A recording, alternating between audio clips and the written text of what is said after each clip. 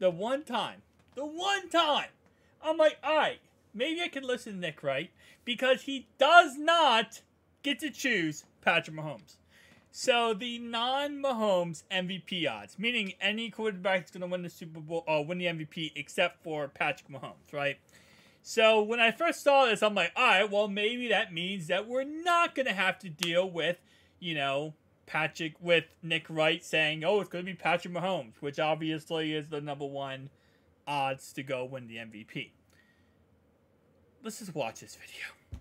I had to put the transparent thing on the screen so that they don't take down my video. You guys already know if you guys watch the channel, but yeah. Mahomes in the driver's seat to win back-to-back MVPs.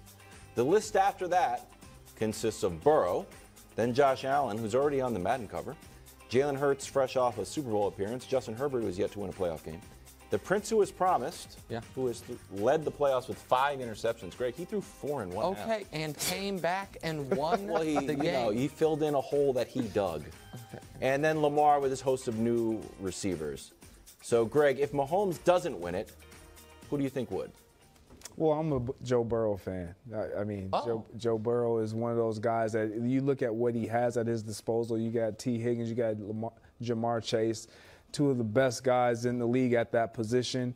Their offense has been together for years. They can roll. We know he's going to throw the ball. And when you look at the quarterback position, they're going to have to throw the ball in order to fight off of Patrick Mahomes winning his second consecutive if he gets it.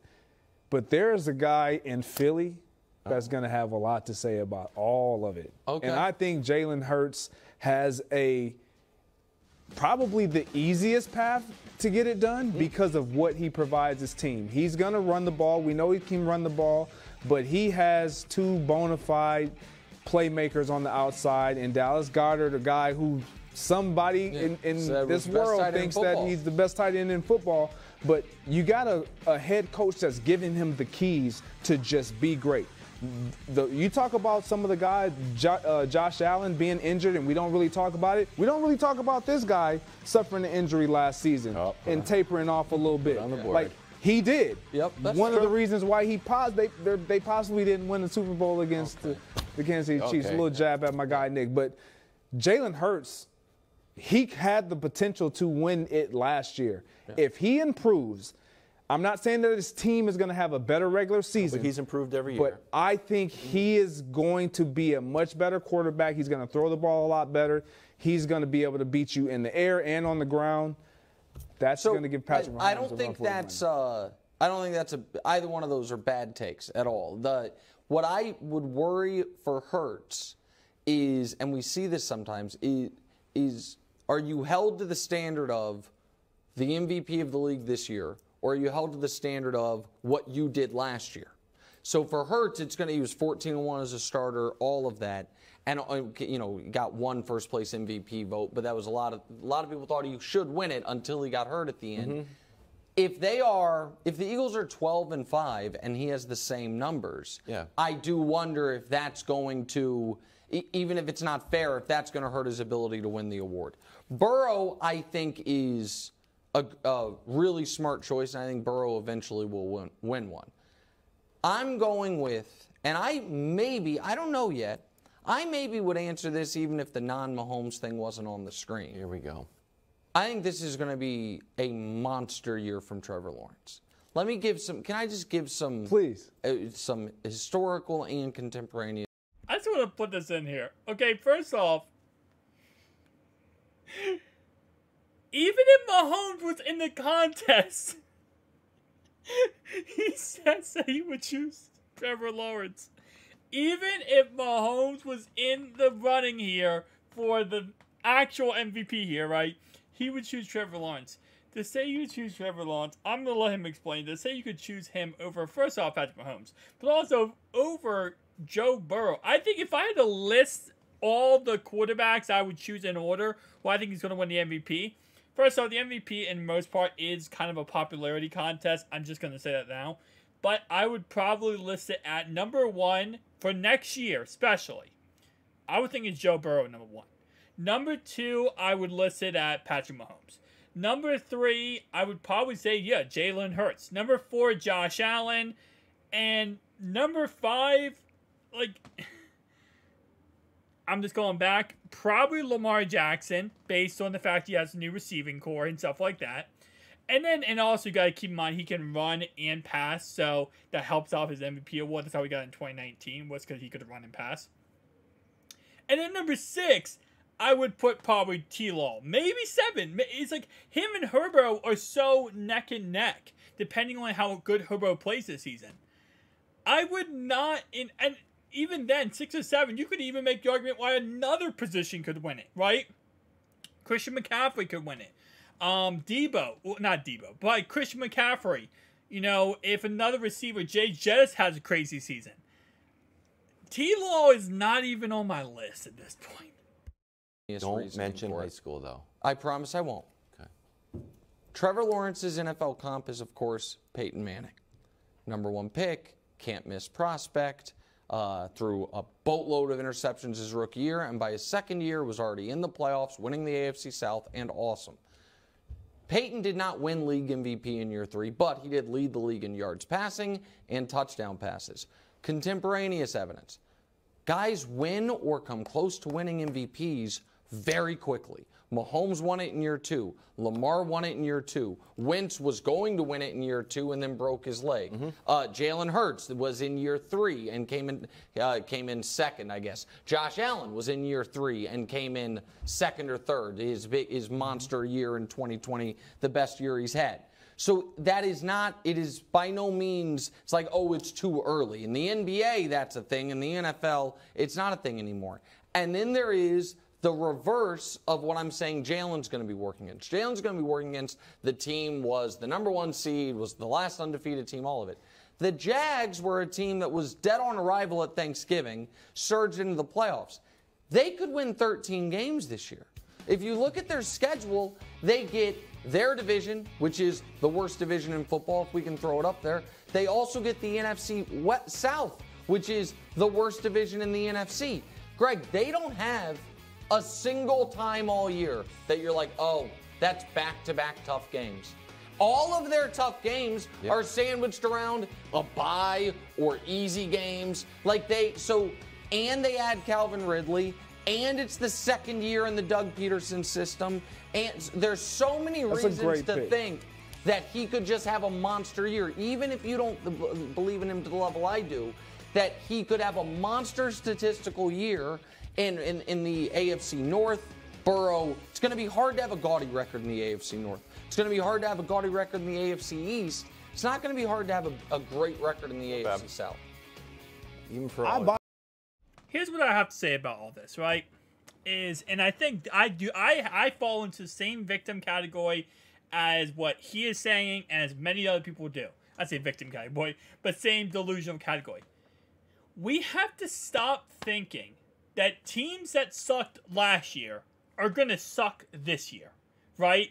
And I think we all do it, right? You all like, oh yeah, this team's going to be bad, this team's going to be awful, and then they become amazing. And then you have teams. Remember when we thought the Colts last year were going to be one of the best teams? The Broncos, when they got Russell Wilson, was going to be one of the best teams? And you can go down the list. There's so many teams that you say are going to be great who suck, who say they're going to suck, and they're great. The Eagles last year, they were not considered a team that was going to be good. Many experts said the Eagles last year were going to have maybe 9, 10 wins at most. They lead the NFC and go to the Super Bowl. So I think we have to stop thinking that.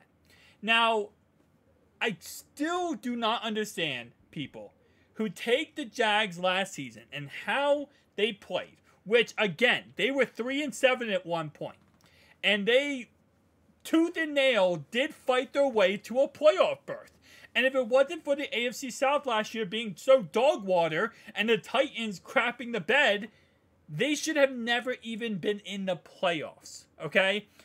Think about the game they won. One of the games they won was a Cowboys game where Dak Prescott threw a pick six at the end in overtime.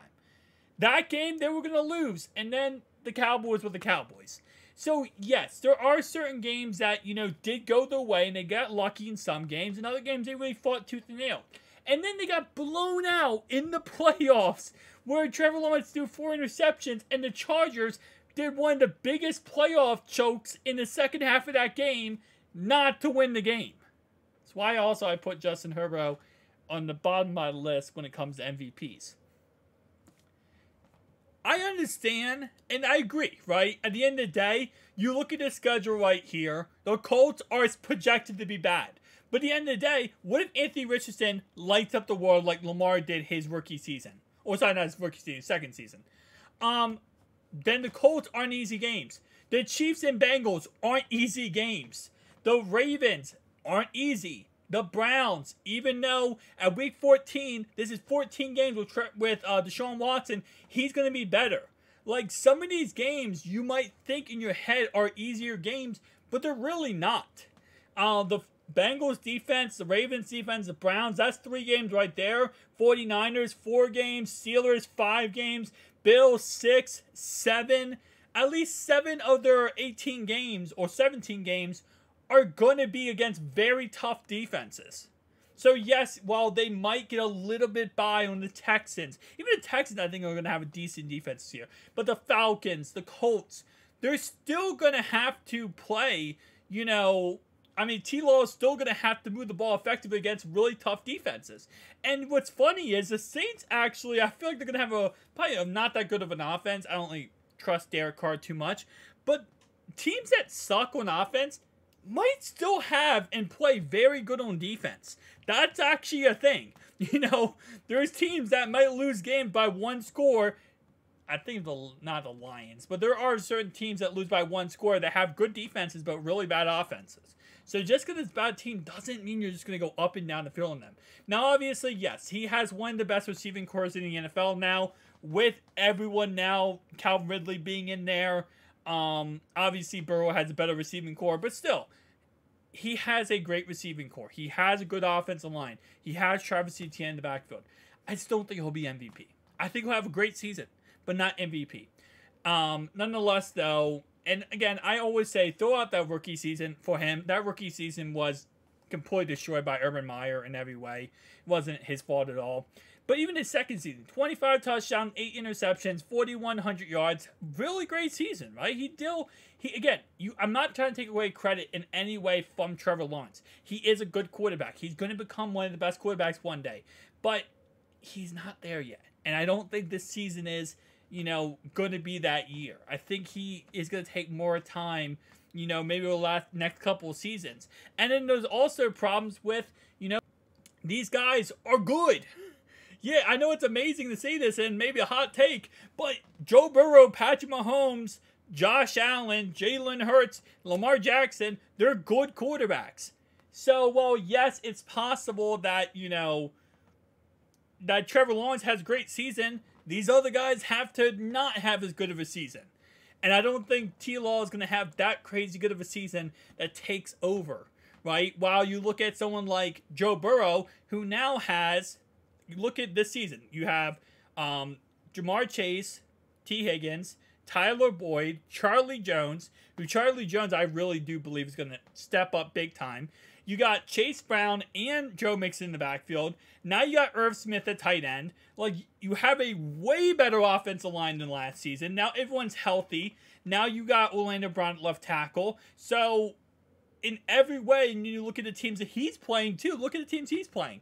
He's going to be able to move the ball efficiently against them.